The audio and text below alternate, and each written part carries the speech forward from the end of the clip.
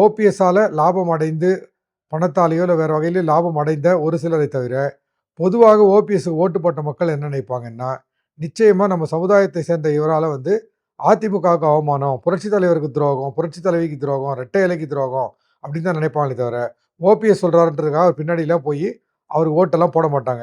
அவருக்கு முன்பாகவே திமுகவுக்கு போயி, அங்க ஒரு சீட்ட பிடிச்சு ஓரளவுக்கு வளர்ச்சிக்கான வாய்ப்புகளை வந்து எதிர்நோக்கி கொண்டிருக்கின்ற தங்க தமிழ்ச்செல்வன் மாரி ஆட்கள் இருக்காங்கல்ல. இன்னைக்கு கூட அறிவாலயம் வாசல்ல நின்னு ஓபிஎஸ் வரவேற்கிறதுக்கு நிக்கிறாரு. சிரிச்சு பேசிக்கிட்டு இருக்காரு திமுக பிரமுகர்களோட. உள்ளுக்குள்ள ஒரு பயம் இருக்கு. ஓபிஎஸ் வந்தா தன்னுடைய இடத்த அவருக்கு குடுத்துருவாங்களோ திமுக அப்படின்ற பயம் இருக்கு. அவர் எல்லாமே இங்க எதிர்ப்பு அரசியல் தான் பண்ணுவாரு.